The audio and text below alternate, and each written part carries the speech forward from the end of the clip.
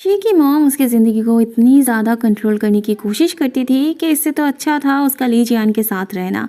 वो अपने मॉम से कहती है वो उस अपार्टमेंट से नहीं आने वाली। शी का पापा उसका साथ देते हैं पर वो अपनी पत्नी से भी डरते थे, तो एंड में जाके वो अपनी पत्नी का ही साथ देते हैं। जाने से पहले शी की मॉम उसे इतने सारे सिविल सर्विस की किताब देती है। शी रात को धीरे धीरे घर आती है और अपने कमरे में चली आती है। उसे अपनी मॉम की बात नहीं सुननी थी, तो वो सारी किताब ड्रॉयर में रख देती है। ली जियान सुबह उठ के लिंग शाओ को देखती है तो उसे रात वाली बात याद आ जाती है और वो जल्दी से बाथरूम छुपने जाती है। वहाँ जाके भी उसे बहुत बड़ा सरप्राइज मिलता है। ली जियान शी को देख के खुश भी थी और डर भी रही थी कि कहीं वो वापस चली ना जाए। ली जियान ने कहा था उसके आने पे वो चली जाएगी, तो वो उससे पूछती है क्या उसे अभी जाना होगा। शी कहती है उसने ऐसा कभी नहीं कहा था, उसी ने अपने आप से कहा था। ली जियान के दिल को इस बात से चैन मिलती है। शी कहती है उसने सोच के देखा लिंग शाओ उसे पसंद नहीं करता, इसमें उसकी कोई गलती नहीं है। वैसे उससे ज़्यादा तो वो इस घर में ऑकवर्ड फील करती होगी क्योंकि वो दोनों भाई को धोखा दे रही है। उसे तो बस चुपचाप बैठे बैठे उसका ड्रामा देखना है कि वो उन दोनों के बीच ये कैसे एडजस्ट करती है। ब्रेकफास्ट के वक्त शी ली जियान को पोक करते हुए कहती है वो तीनों बचपन से बड़े हुए हैं तो उनके बीच ज़रूर कोई भी सीक्रेट नहीं रही होगी। तीनों ही एक दूसरे से सब कुछ शेयर करते होंगे। तब ली जियान उसके पैर पे पैर रखती है, शी भी उसके पैर पे पैर रखती है। थोड़ी देर बाद टैंग अपना गुस्सा हुआ मुंह लेके आती है। उसे देख के ली जियान भी गुस्सा वाला फेस बनाती है। फिर दोनों एक दूसरे को दिखा दिखा के खाना खाने लगते हैं। शी को कुछ भी समझ में नहीं आ रहा था और वहाँ लिंग शाओ हंस रहा था। काम पे जाते वक्त ली जियान कल रात के बारे में सोच के मुस्कुराने लगती है। ख्याल आने पे उसका दिमाग खराब हो जाता है। जीशु के पूछने पे वो पूछती है कहीं वो उसे अचानक से कभी किस तो नहीं करेगा ना। जीशु इरिटेट होके कहता है कौन पागल ऐसा करता है, वो भला ऐसा क्यों करेगा। ली जियान के मन को तब शांति मिलती है। फिर दोनों बात करते करते जाने लगते हैं। अगले सीन में हम देखते हैं लिंग शाओ शी से माफ़ी मांगने के लिए उसे लंच पे बुलाया होता है। शी को पहले कभी ऑर्डर करने का मौका नहीं मिला था तो उसे नहीं पता था कैसे ऑर्डर करते हैं। लिंग शाओ उसे समझा देता है क्या करना है। शी ऑर्डर करने के बाद बहुत कॉन्फिडेंट फील कर रही थी। उसे बहुत अच्छा लग रहा था पहली बार खुद से कुछ करने के लिए। वो हर वक्त लिंग शाओ की तरफ थैंकफुल हो जाती थी। सिर्फ लिंग शाओ नहीं उसे समझा था, उसे आगे बढ़ने में मोटिवेट करता था। लिंग शाओ क्या माफ़ी मांगता, वही उसकी तरफ थैंकफुल थी। आज भी उसने उसको अपने से मिलवाया। शी को लिंग शाओ से कोई शिकायत नहीं थी। वो खुद से भी बात को समझती थी और लिंग शाओ भी उसे अच्छे से समझाया था। बातों ही बातों में लिंग शाओ पूछता है वो कब से और क्यों उसे लाइक करना स्टार्ट किया था। शी उसे बताती है कब और कैसे। बाद में लिंग शाओ उसे ये भी एहसास करवाता है उसने उससे कभी प्यार नहीं किया, अगर करती तो वो फ़ोन पे उसका हाल चाल पूछती, पर उसने ऐसा कभी नहीं किया। बस ली जियान के बारे में बोल के ही वो और बात नहीं करती थी। बाद में शी टैंग से लिंग शाओ से मिलने जाने के बारे में बताती है। टैंग को उस पर बहुत गुस्सा आ रहा था, चुपचाप हर वक्त सब कुछ सहने के लिए। वो ली जियान के सक्सेस को लेके ऐसे बोलती है मानो जैसे वो उनका कोई ना हो। ली जियान बाहर से ये सब सुन के जोर से दरवाजा देके चली जाती है। तब दोनों ही टेंशन करने लगते हैं। ली जियान का मूड ऑफ था तो वो यहाँ आके आइसक्रीम खा रही थी। थोड़ी देर बाद लिंग शाओ उसे ढूंढते हुए आता है।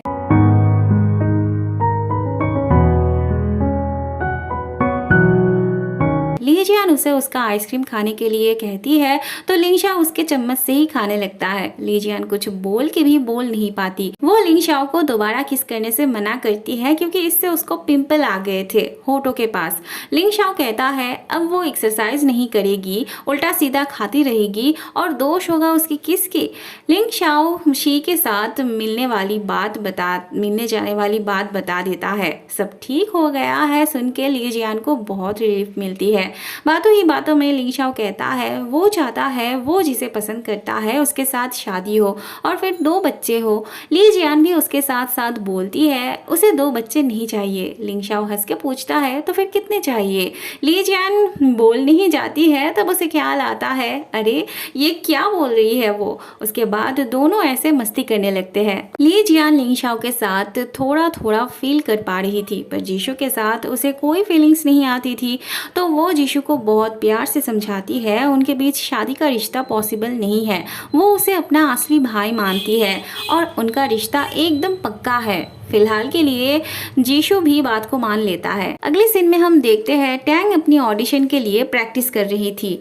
इन्हें देख के वो रुक जाती है। बाद में पता चलता है उसने प्रैक्टिस करना कभी छोड़ा ही नहीं था पर कोई फायदा नहीं हुआ। उसे हर जगह से बस रिजेक्शन ही मिली थी।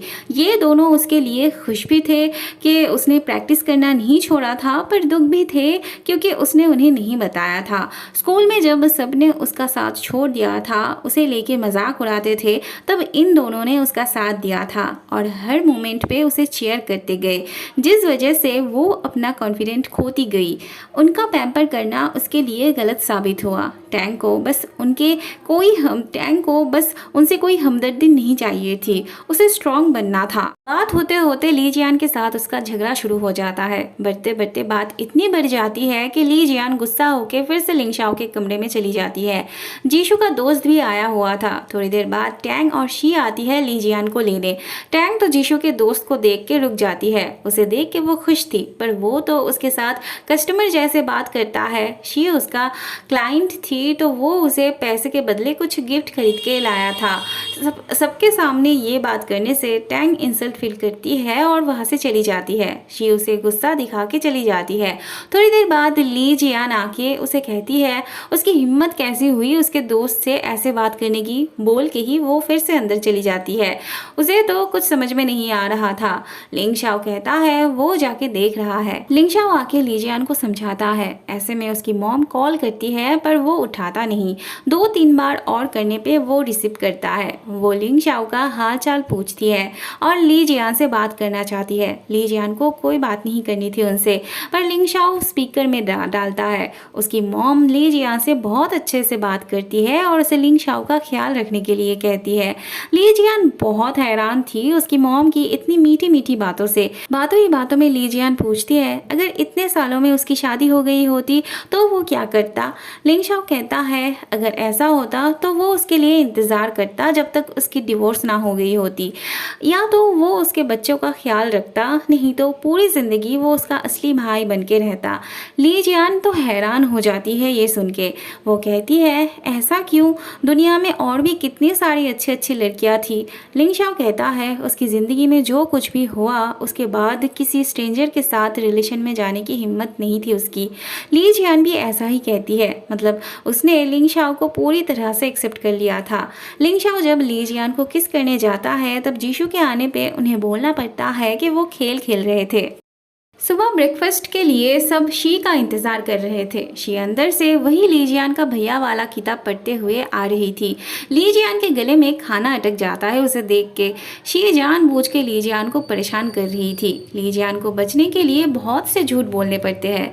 जीशु एक बार उस किताब को देख के ली जियान को डांटता है ऐसे किताब पढ़ने के लिए, पर खुद अपने पास वो किताब रख लेता है। ली जियान को शी पे बहुत गुस्सा आ रहा था और शी तो मज़े ले रही थी। वो ली जियान को उन दोनों से साफ साफ सब कुछ बता देने के लिए कहती है क्योंकि बाद में पता चलने पे उनके रिश्ते पे इफेक्ट पड़ती। एटीएम से पैसे निकाल के आते वक्त ली जियान को जीशु का क्रेडिट कार्ड मिलती है और उसके ज़बरदस्ती करने पे जीशु बता देता है विदेश जाके उसने थोड़ा थोड़ा करके पैसे इकट्ठे किए थे। उसे उसके डैड से कोई भी फाइनेंशियल हेल्प नहीं मिली थी।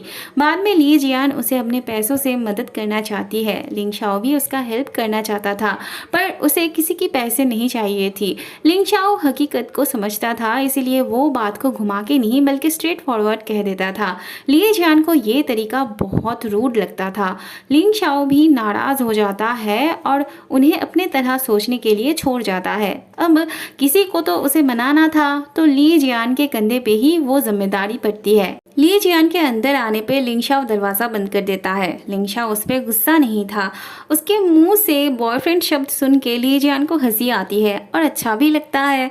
जीशु की कंडीशन देख के दोनों डिसाइड करते हैं जीशु को अभी उनके रिश्ते के बारे में नहीं बताएंगे।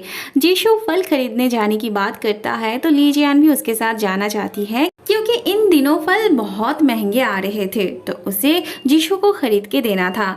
लिंग शाओ को उसे समझाने का मौका ही नहीं मिलता कि इससे वो इरिटेट हो जाएगा और लिंग शाओ का डर सही साबित होती है। ली जियान के बिल पे करने से जीशु को बहुत नीचा फील हो रही थी, निकम्मा फील कर रहा था वो। ली जियान उसके लिए करना चाहती थी पर फिर भी उसे बातें सुननी पड़ रही थी तो वो गुस्सा होके चली जाती है।